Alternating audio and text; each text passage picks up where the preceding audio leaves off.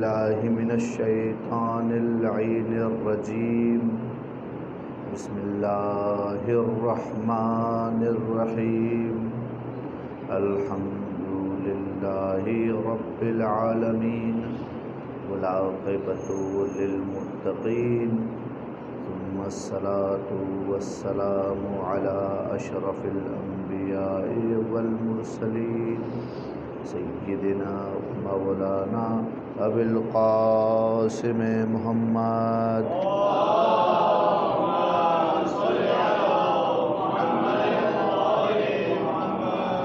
وآله الطيبين الطاهرين المعصومين المنتجبين المظلومين، لا سيما بقية الله الأعظم روحي وأرواح العالمين لتراب مقدمه الفداء، واللعن الدائمة على أعدائهم أجمعين من يومنا إلى قيام يوم الدين. أما بعد، فقد قال الله تبارك وتعالى في محكم كتابه المجيد ومتقن كلامه المبين وقوله الحق. بسم الله الرحمن الرحيم. يا أيها الناس اعبدوا ربكم الذي خلقكم والذين من قبلكم لعلكم تتقون.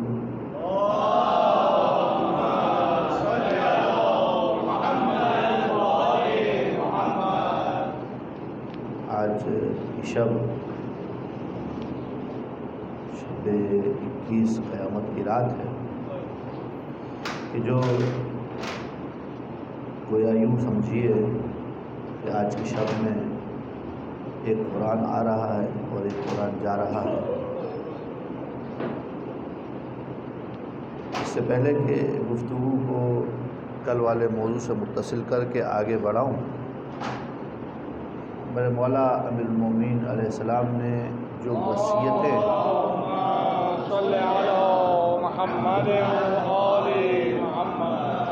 آخری لمحوں میں جو وصیت کی ہے، اس وصیت کو آپ کی خدمت میں تلاوت کرتا ہوں، ترجمہ کرتا ہوں، کیونکہ اس سے بہتر موقع اس وصیت کو پڑھنے اور سننے کا نہیں ہو سکتا. درود پڑھ دیجیے ایک مرتبہ محمد وآل محمد.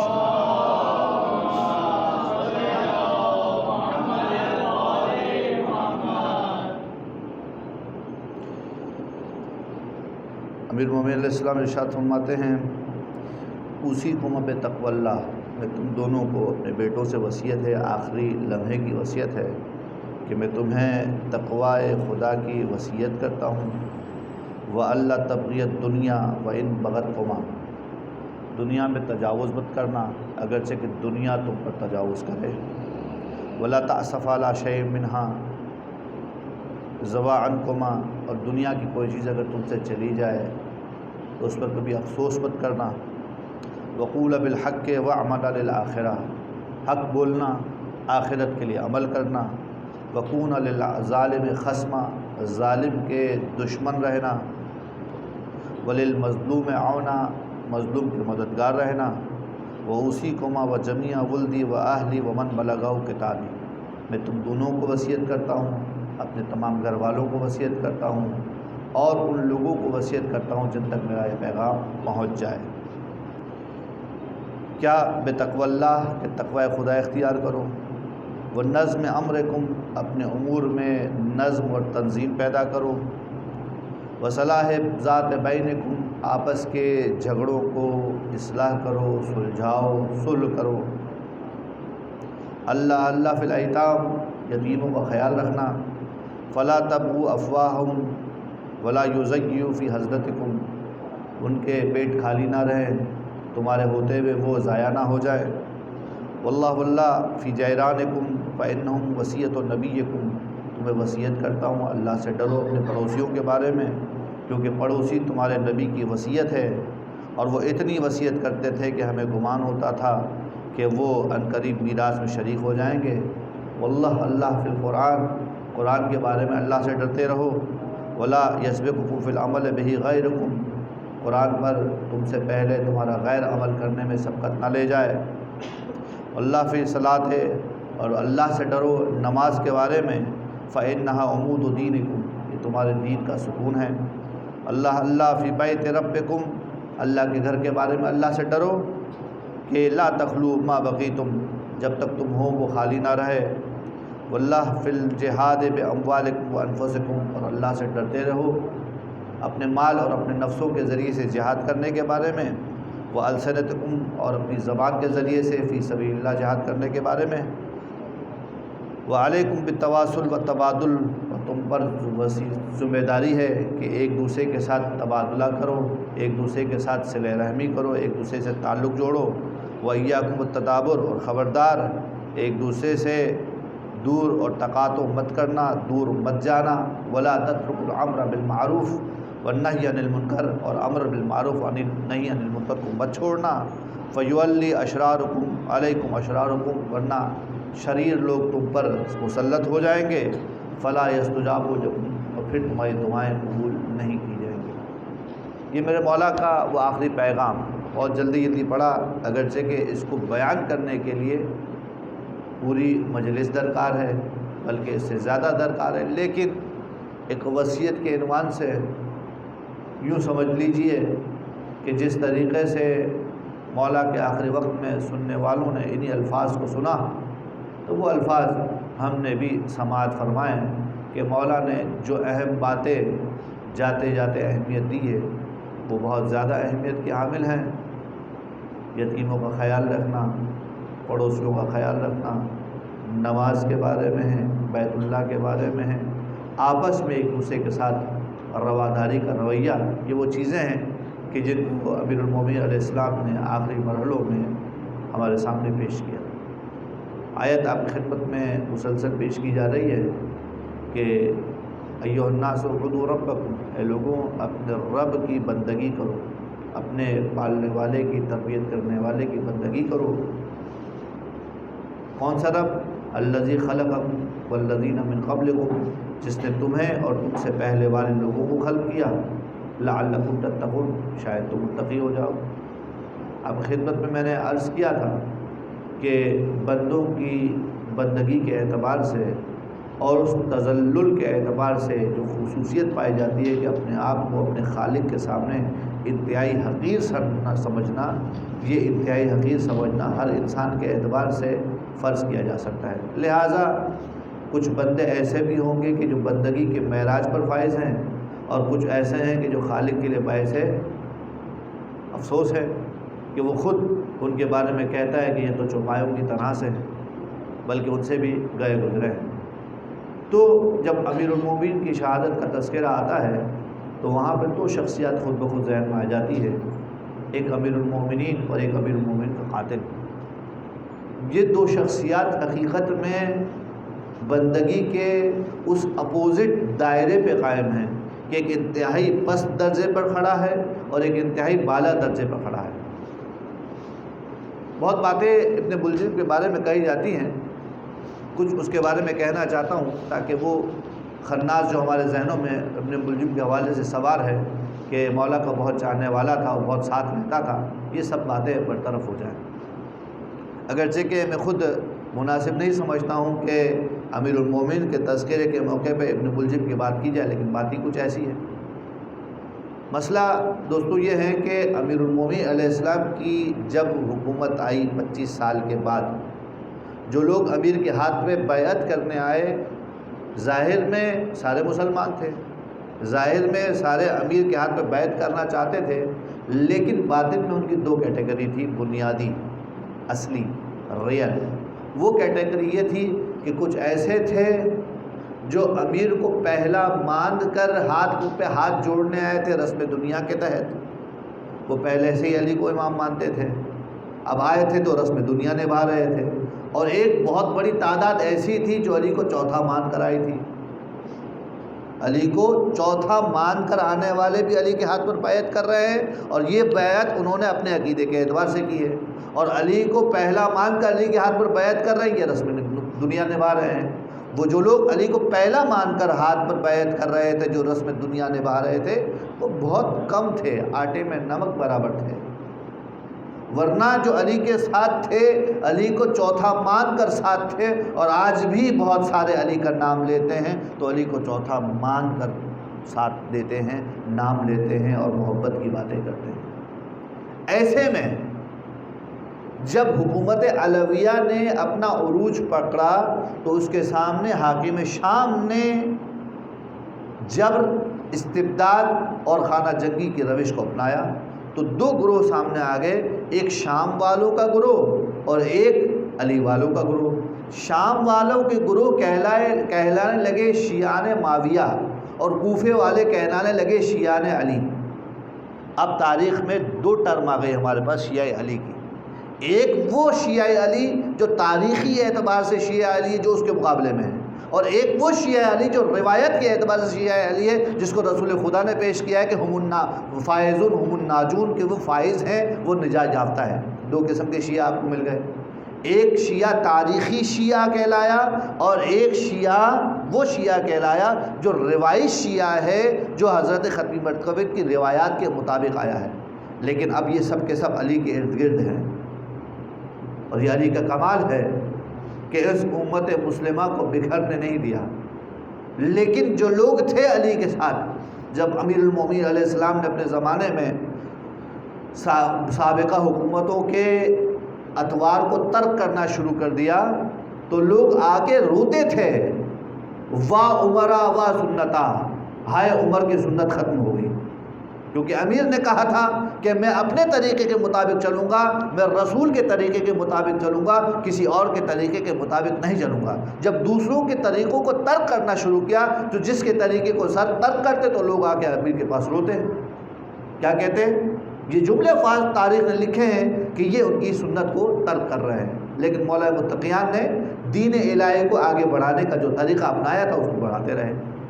اس سارے معاملے میں بہت سے لوگ امیر کے ہاتھ میں بیعت کرنے آئے تو ان بیعت کرنے والوں میں ایک اور شخص بھی بیعت کرنے آیا کہ جس کو آپ ابن ملجم کے نام پر سے جانتے ہیں، لیکن اس ابن ملجم کا بیک گراؤنڈ دیکھیے تو خلافت ثانیہ کے دوران جب عمرو ابن عاص کو مصر کو فتح کرنے کے لیے بھیجا گیا تھا، یہ اس کے ساتھ گیا ہے مصر میں، اور مصر جب فتح ہو گیا عمرو ابن عاص کے زمانے میں اور خلافت ثانیہ بھی ہے، خلافت ثالثہ بھی ہے، وہاں پر عمرو ابن عاص نے خلافت ثانیہ کو پیغام بھیجا کہ یہاں پر قرآن کیسے سکھایا جائے، تو خلافت ثانیہ کی طرف سے جواب آیا کہ تم ابن ملجم کو مسجد میں بٹھاؤ، لوگوں کو قرآن کی تعلیم دے گا، کیونکہ یہ یہاں پر بھی قرآن کو خوب جانتا ہے۔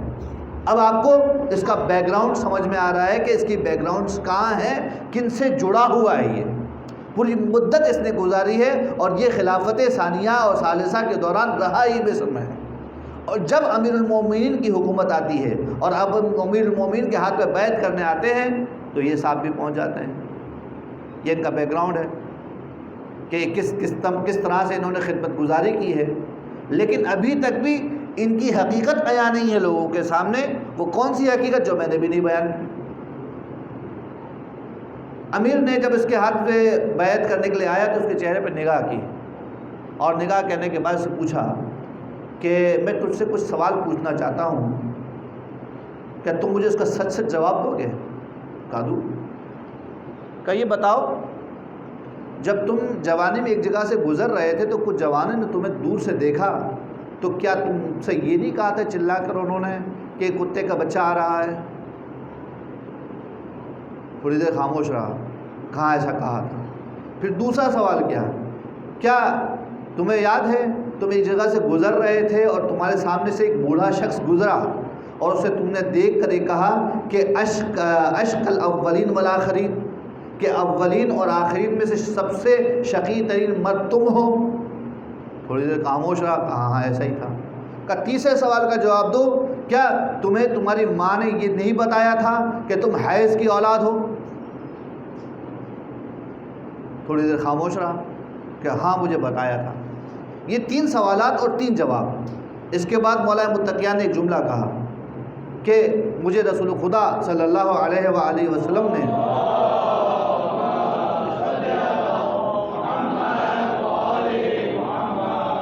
ارشاد فرمایا ہے کہ علی تمہیں وہ قتل کرے گا جو یہودیوں سے سب سے زیادہ شبہات رکھتا ہے، بل ہوا یہودی، بلکہ وہ یہودی ہی ہے۔ طے نہیں کیا نام کو، لیکن اشارہ دیا ہے مکتب کے اعتبار سے، نظریے کے اعتبار سے یہ کہاں پلا بڑا ہے، کن کے ساتھ رہا ہے، اور امیر یہ بتاتے ہیں کہ میرا قاتل شبیہ یہود ہے، بلکہ حضرت یہ فرماتے ہیں کہ وہ یہودی ہے۔ اب یہ سارا آپ کے ذہن میں رہے۔ اس کے بعد آ کر وہ بیعت، اب آ کر کوئی یہ نہ کہے کہ ابن ملجم علی کا چاہنے والا تھا۔ دوست ہوتا نہیں ہر ہاتھ ملانے والا، رسول کے ساتھ بیٹھنے والے بھی سارے صحابی نہیں تھے، تو علی کے ہاتھ پر بیعت کرنے والے تو تاریخ چلا چلا کا کہہ رہی ہے کہ وہ تو تھے ہی دو گروہوں میں، اور ان گروہوں میں جاسوس بھی تھے، اور پہلے دن سے تھے۔ وہ جاسوس فقط علی کے ساتھ نہیں تھے، رسول کے پہلو میں بھی بیٹھتے تھے۔ وہ جاسوس رسول کے پہلو میں بھی بیٹھتے تھے، وہ جاسوسی کی جو سلسلہ تھا وہ چلا آ رہا تھا۔ اب آ کر کوئی یہ نہ کہے کہ یہ آدمی پہلے علی کا محب تھا، پھر یہ علی کے بغض میں مبتلا ہو گیا، نہیں ہو سکتا، کیونکہ محبت علویہ ایسی چیز ہے جس کے لیے زمین بنجر نہیں چلتی، جس کے لیے کچھ ہونا چاہیے، کوئی زمین ایسی ہو کہ جہاں پر سبزہ آ سکے، کوئی ایسی جگہ ہو کہ جہاں پر خوبی آ سکے۔ آپ یہ کہیں کہ نہیں یہ زمین ایسی ہے، یہاں پہ بغض علی بھی پل سکتا ہے، یہاں پہ حب علی بھی پل سکتی ہے، ایسی کوئی زمین نہیں ہے۔ دو ہی زمینیں ہیں، یا حب علی ہوگا یا بغض علی ہوگا، اس کے علاوہ کچھ نہیں ہوگا، کیونکہ روایت میں کہا گیا ہے کہ علی کا دشمن الشقی شقی فی بطن امہ، جو آدمی شقی ہے، برباد ہے، وہ تو اپنی ماں کی پیٹ سے ہی برباد ہو کر نکلا ہے، اور وہ آدمی جو کامیاب ہے وہ ماں کے بطن سے ہی کامیاب ہے۔ یہ ممکن ہی نہیں ہے کہ کوئی علی سے محبت بھی کرے اور بعد میں علی کا مخالف ہو جائے۔ معلوم یہ ہوگا کہ وہ ڈرامہ کر رہا تھا، وہ ایکٹنگ کر رہا تھا، ورنہ حقیقت میں وہ ساتھ تھا ہی نہیں، کیونکہ محبت علی وہ چیز ہے کہ جہاں پر آ جائے نا، پھر وہاں پر یوں کہہ دوں، ایک جملہ کہہ کر آپ کی باتوں کو بالکل متوجہ کرا دوں کہ قرآن کی جو آیت ہے نا، آیت تطہیر، انما یرید اللہ لیذھب عنکم الرجس اہل البیت ویطہرکم تطہیرا۔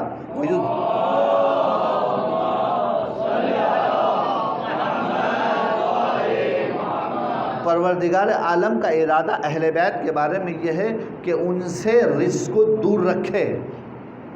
تو جس دل میں محبت علی ہو وہاں بغض علی نہیں آ سکتا، کبھی نہیں آ سکتا، اور جہاں بغض علی ہو نا، لاکھ سر مار دے، لاکھ سر مار دے، اور ایک ٹانگ پر کھڑا ہو کر یا علی کہتا رہے، کبھی دل میں بغض نہیں آنے والا ہے۔ تم دھوکہ تو کھا جاؤ گے اس کے ڈرامے سے، لیکن وہاں پر حب علی نہیں آئے گی۔ کیوں؟ کیونکہ زمین ہی نہیں ہے حب علی والی۔ یہی معاملہ تاریخ میں ابن ملجم کے ساتھ رہا، اور یہ آدمی اسی طریقے سے ساتھ رہا۔ بس میں یہ ابن ملجم کے بارے میں جو گفتگو کرنا تھی کر کے آگے کی طرف بڑھتا ہوں۔ امیر کے بارے میں جو مشہور شعر ہے کہ علی حبہ جنہ قسیم النار والجنہ وسیع المصطفیٰ حقا، کہ علی کی محبت سپر ہے۔ کیا ہے؟ سپر ہے۔ قسیم النار والجنہ، جنت اور جہنم کا تقسیم کرنے والا ہے۔ اللہ کے رسول کا حق وسیع ہے، امام الانس والجنہ، یہ انسانوں کا بھی امام ہے، جنوں کا بھی امام ہے۔ امامت کی بات آ رہی ہے تو علی کی امامت انسانوں پر بھی ہے، جنوں پر بھی ہے۔ جس طریقے سے علی کے مخالف انسانوں میں پائے گئے، اسی طریقے سے علی کے مخالف جنوں میں بھی پائے گئے، اور روایات ایک نہیں ہے، روایات زیادہ ہیں۔ ایک مرتبہ حضرت ختمی مرتبت جنگ بنی مستلق سے کی طرف جا رہے تھے، راستے میں پڑاؤ ڈالا تو حضرت ختمی مرتبت کو وحی آئی کہ آپ جس راستے سے گزر رہے ہیں وہاں پر کچھ جنوں نے آپ کے انتظار میں ڈیرا ڈال رکھا ہے اور وہ آپ پر حملہ آور ہونے والے ہیں۔ رسول نے پڑاؤ ڈالا، وحی کے مطابق حضرت علی کو بلایا کہ علی تم جاؤ، اور جانے کے بعد فلاں جگہ پر مقابلہ کرو۔ میں نے سینسر لگا دیا روایت میں، مختصر کر دیا ہے کہ 3 گروہ گئے وہاں پر، اور جب وہ ناکام ہو کر آئے، ڈر کے آئے، تو حضرت علی کو بھیجا گیا اور ان کے ساتھ 100 افراد کو بھیجا گیا۔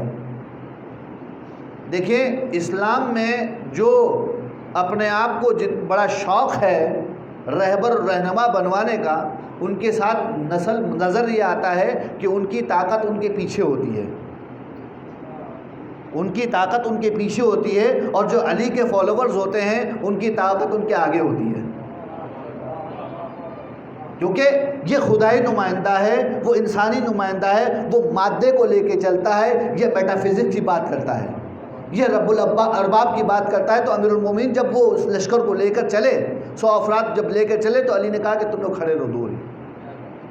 ہیبت تو دلوں میں تھی۔ اب میرا مولا علی ابن ابی طالب آگے گیا ہے، اور آگے جانے کا رسول خدا نے طریقہ بتایا تھا اور کہا تھا کہ یا علی جب تم وہاں پر پہنچو تو وہ اسم اعظم جو تمہیں تعلیم دیا گیا اور تمہارے سوا کوئی نہیں جانتا، اب اللہ کا رسول بتا رہا ہے، یہ بات سنیے گا، ذہن میں رکھیے گا، دنیا میں جا کے پوچھئے کسی صحابی کے پاس اسم اعظم ہے؟ اللہ کے رسول نے بتایا ہے، لیکن میرے مولا کے بارے میں اللہ کے رسول کہہ رہے ہیں یا علی وہ اسم اعظم جو تمہارے پاس ہے اور جو صرف تمہارے پاس ہے اس کی تلاوت کرنا، اور اس کے بعد یہ سارے اجندہ تمہارے لیے تسخیر ہو جائیں گے۔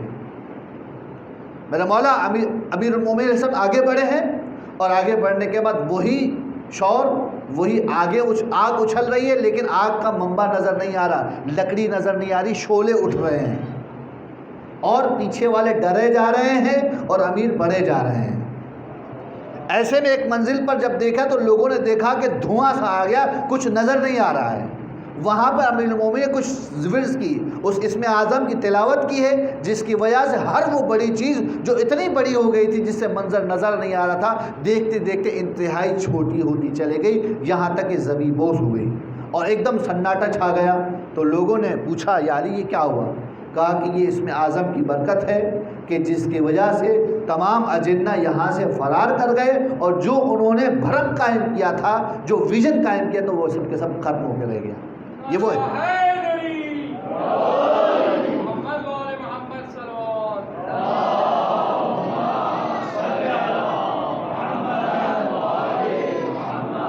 یہ وہ ذات ہے کہ امام الانس والجنہ، یہ امام ہے انسانوں کا، امام ہے جنوں کا۔ اب یہ ذہن میں رکھیے گا کہ جس طریقے سے انسانوں میں علی کے مخالف ہیں، اس طریقے سے جنوں میں بھی علی کے مخالف ہیں، اور جس طریقے سے انسان علی کے چاہنے والوں کو نقصان پہنچاتے ہیں، اسی طریقے سے اجنہ اور جن بھی علی کے چاہنے والوں کو نقصان پہنچاتے ہیں، اور ان سب کا علاج ذات علوی، علی کی ذات سے اپنے آپ کو جوڑے رکھیے۔ جو مشہور مولا متقیان سے منسوب ایک ورد ہے نا کہ جس کو لگایا جاتا ہے، حرز ابی دجانہ، یہ حرز ابی دجانہ ان اجنہ اور جنوں کا علاج ہے جو امیر المومنین کی طرف سے آیا ہے، اس تفصیل میں جائے بغیر صرف اشارہ دے کے آگے بڑھ رہا ہوں۔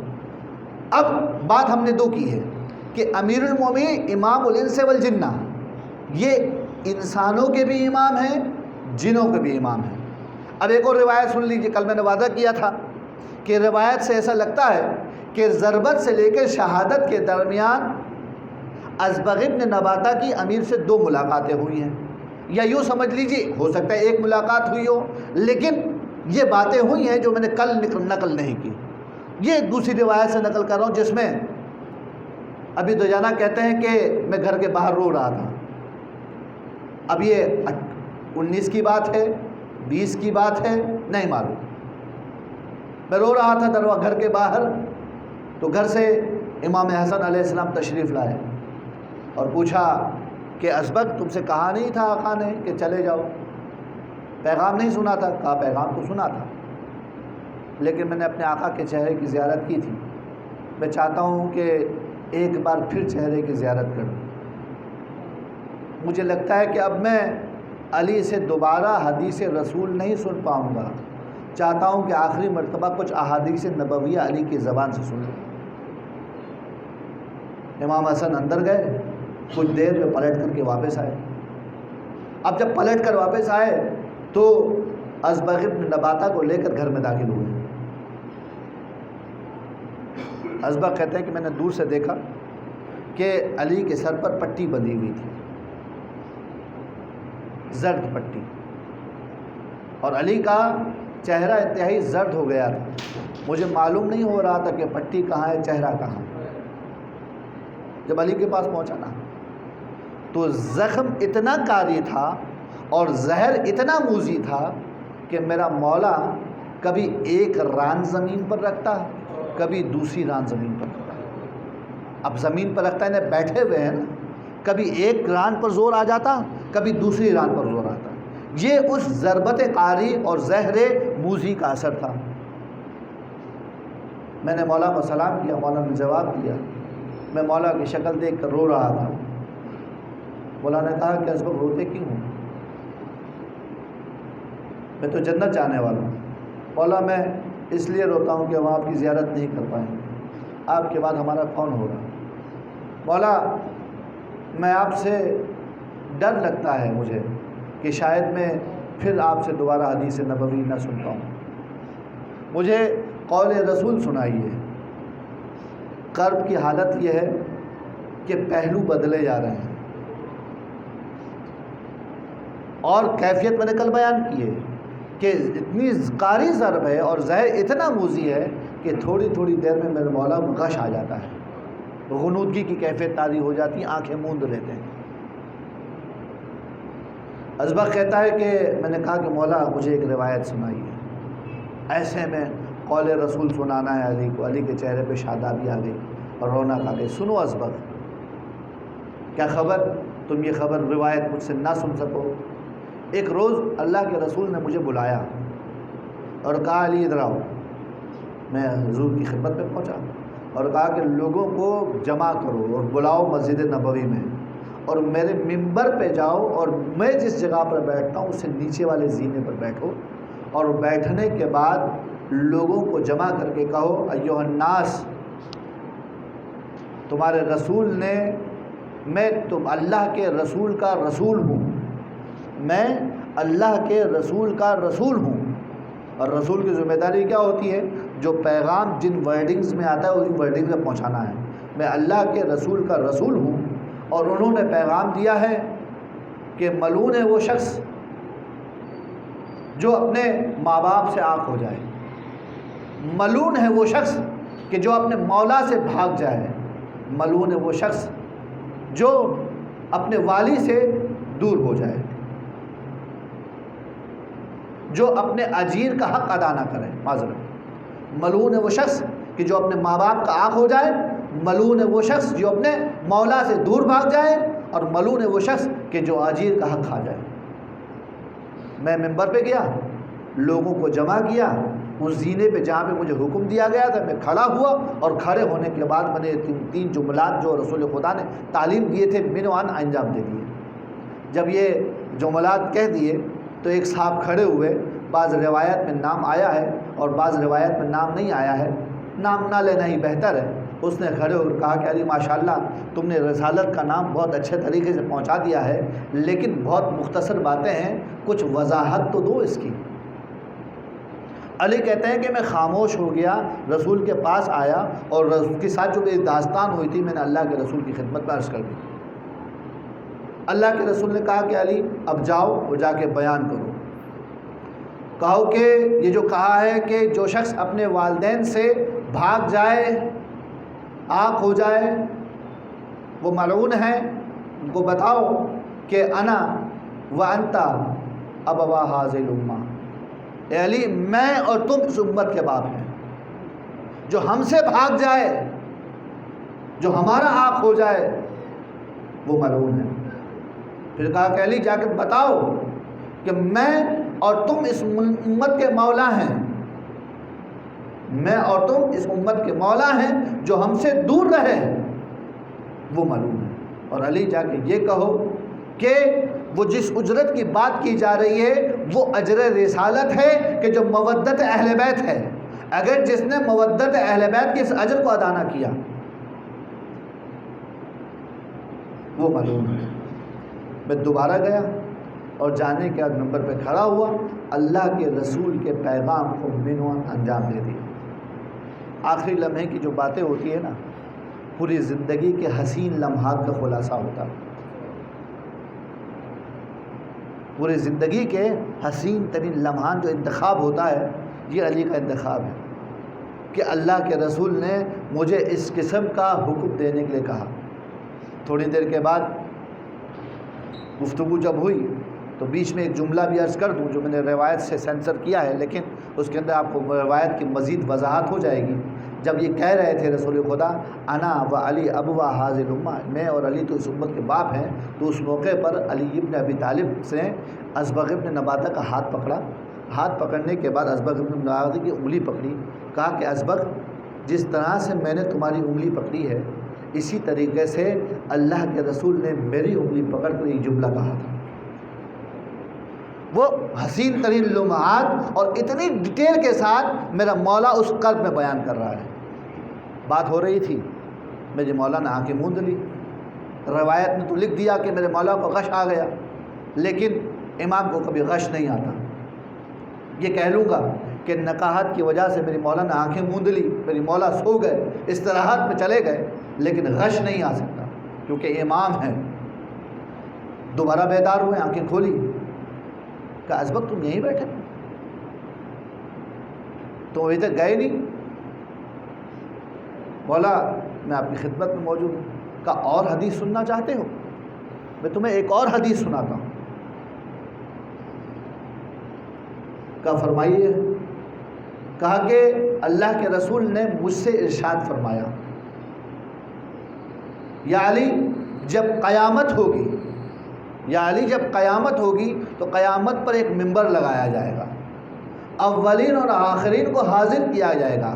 اس منبر کے سب سے اوپر والے زینے پر جا کر میں بیٹھوں گا, اس سے نیچے والے زینے پر علی جا کے تم بیٹھو گے, اور اس کے بعد دو فرشتے آئیں گے جو تم سے نیچے والے زینوں پر ایک ایک کر کے بیٹھ جائیں گے. یعنی منبر پر 4 افراد بیٹھے ہوں گے, نیچے ایک فرشتہ ہوگا, پھر ایک فرشتہ ہوگا, پھر اس کے بعد استاد جبرائیل ہوگا, پھر اس کے بعد علی کا مولا ہوگا. یہ ترتیب ہوگی, اس طریقے سے یہ بیٹھے ہوں گے.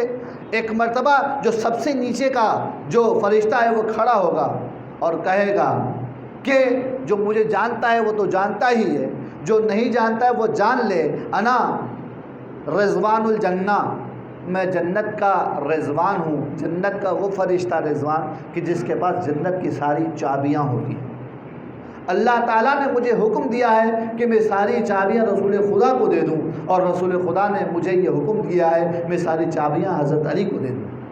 تو اے لوگوں تم گواہ رہنا کہ میں نے ان فرامین کو پورا کر دیا. اور اس کے بعد فرشتہ بیٹھ جائے گا. پھر اس کے بعد دوسرا فرشتہ کھڑا ہوگا اور کہے گا کہ جو مجھے جانتا ہے وہ تو جانتا ہی ہے, اور جو نہیں جانتا ہے وہ جان لے, انا مالک خازن النیران, میں مالک ہوں جہنم کا داروغہ, جہنم کی چابیاں میرے پاس ہوتی ہیں. مجھے اللہ نے حکم دیا ہے کہ میں ساری کی ساری چابیاں رسول خدا کو دے دوں, اور رسول خدا نے حکم دیا ہے کہ میں ساری چابیاں علی ابن ابی طالب کو دے دوں. تو اے لوگوں گواہ رہنا میں نے دونوں احکامات کو پورا کر دیا.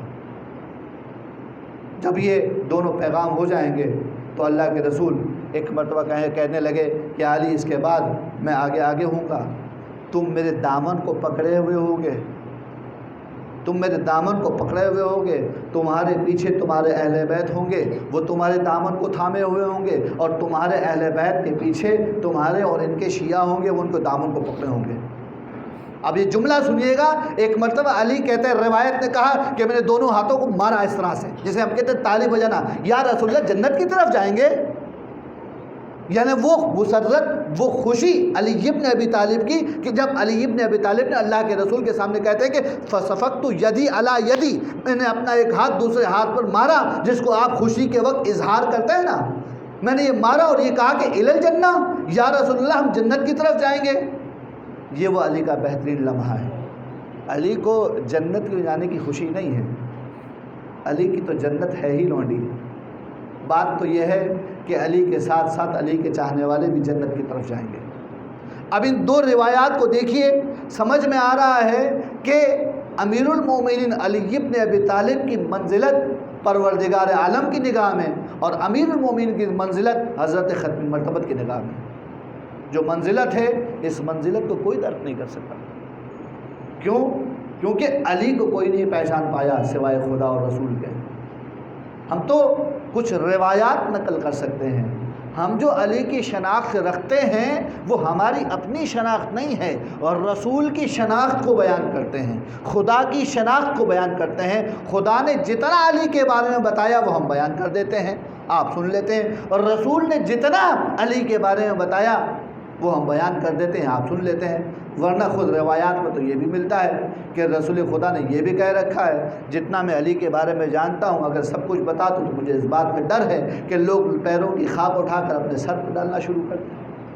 یعنی کہ رسول نے بھی علی کے فضائل چھپائے ہیں کہ علی کی ذات ہی ایسی ہے کہ انسانوں میں اتنی توان اور اتنی طاقت نہیں ہے کہ علی کی شناخت کو رسول کے ذریعے سے بھی پہچان سکیں. تم رسول کے ذریعے سے علی کو نہیں پہچان پا رہے ہو تو تم میں کیا طاقت ہے کہ علی کو اپنے آپ خود سے پہچان لو. بس میں نے بہت وقت لیا, آج کی شب میں اتنا زیادہ بیان ضروری نہیں تھا. بس اتنا کہہ دوں دوستو کہ وہ وقت کہ جب میرے مولا کا آخری وقت ہے, مختصر خلاصہ پیش کروں تو 18ویں کی شب 19ویں کی شب میرے مولا نے جس کرب میں گزاری اس کی گواہ تاریخ ہے کہ شدت سے انتظار کر رہے تھے. بار بار آسمان کی طرف آتے, آسمان پہ نگاہ کرتے اور یہ کہتے کہ واللہ ہذہ لیلہ ہی, یہی وہ رات ہے.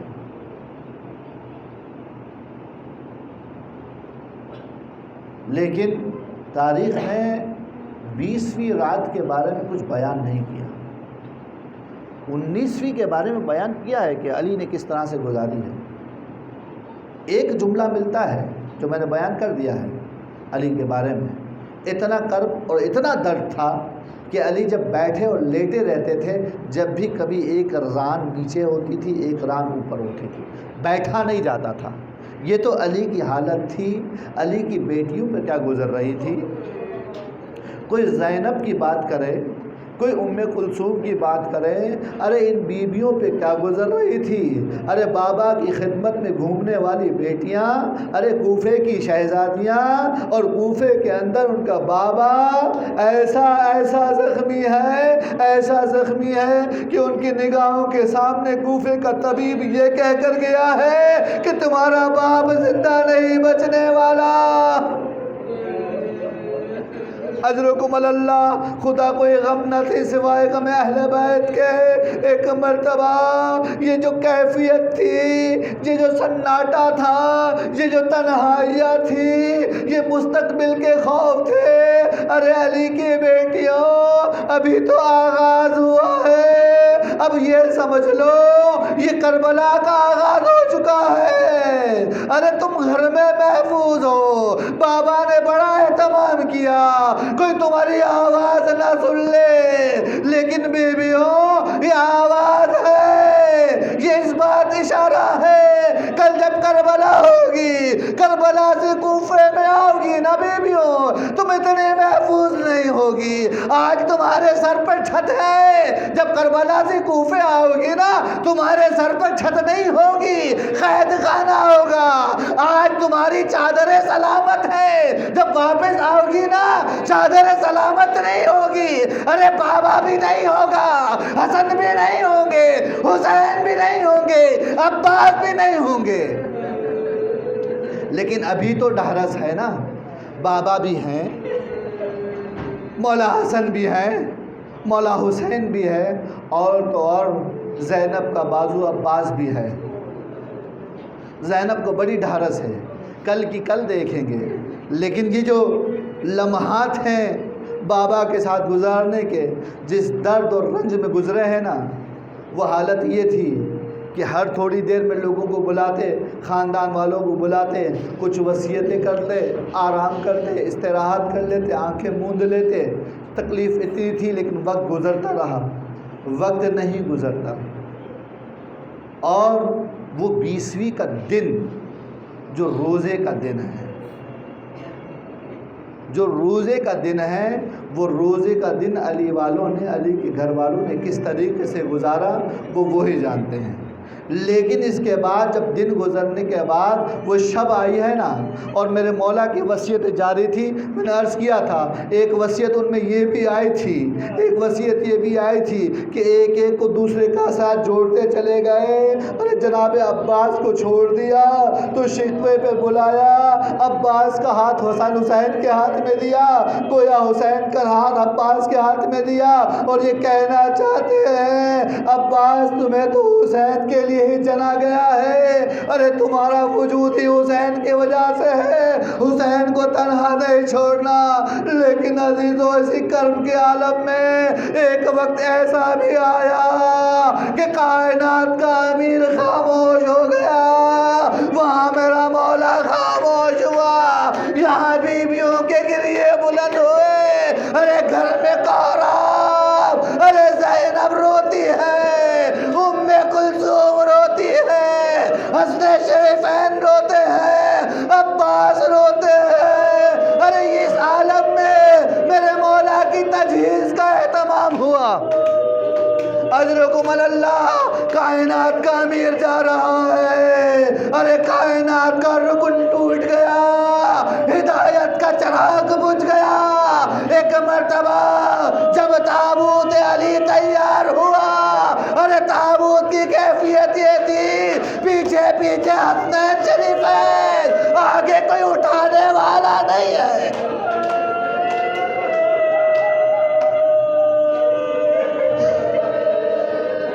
ارے بیٹیوں کو باپ کے ساتھ جانے کی اجازت نہ ملی، وہاں گھر میں ماتم جدا تھا، راہ کا ماتم جدا تھا، تنہائی تھی، رات تھی، اکیلا پن تھا۔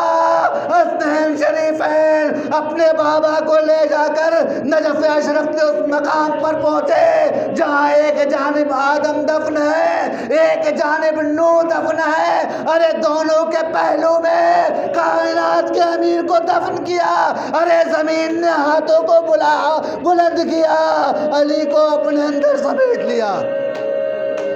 اجرکم اللہ، خدا کوئی غم نہ دے سوائے غم اہل بیت کے۔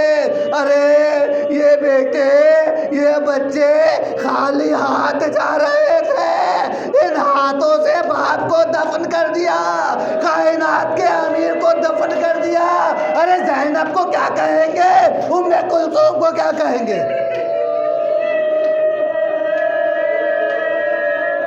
کائنات علی کے بغیر ہو گئی، تنہائی تھی، جا رہے تھے واپس، راستے میں کسی سناٹے میں کسی کے رونے کی آواز آئی، رونے والا بڑے درد سے رو رہا تھا، بڑی تکلیف سے رو رہا تھا۔ میرا مولا حضرت اس کے پاس گیا اور پوچھا ارے رونے والے اتنے درد سے کیوں روتا ہے، اتنی تکلیف سے کیوں روتا ہے؟ کہا میرا ایک دوست تھا، ایک رفیق تھا، ہر شب میرے پاس آتا تھا، میرے لیے غذا لاتا تھا، ارے 3 دن ہو گئے وہ نہیں آیا، ارے بے نواؤں کا آسرا چلا گیا، ارے بے نواؤں کا آسرا چلا گیا۔ ایک مرتبہ آقا حسن نے کہا اب یہ جانے والا دوبارہ پلٹ کر نہیں آئے گا۔ ماتم علی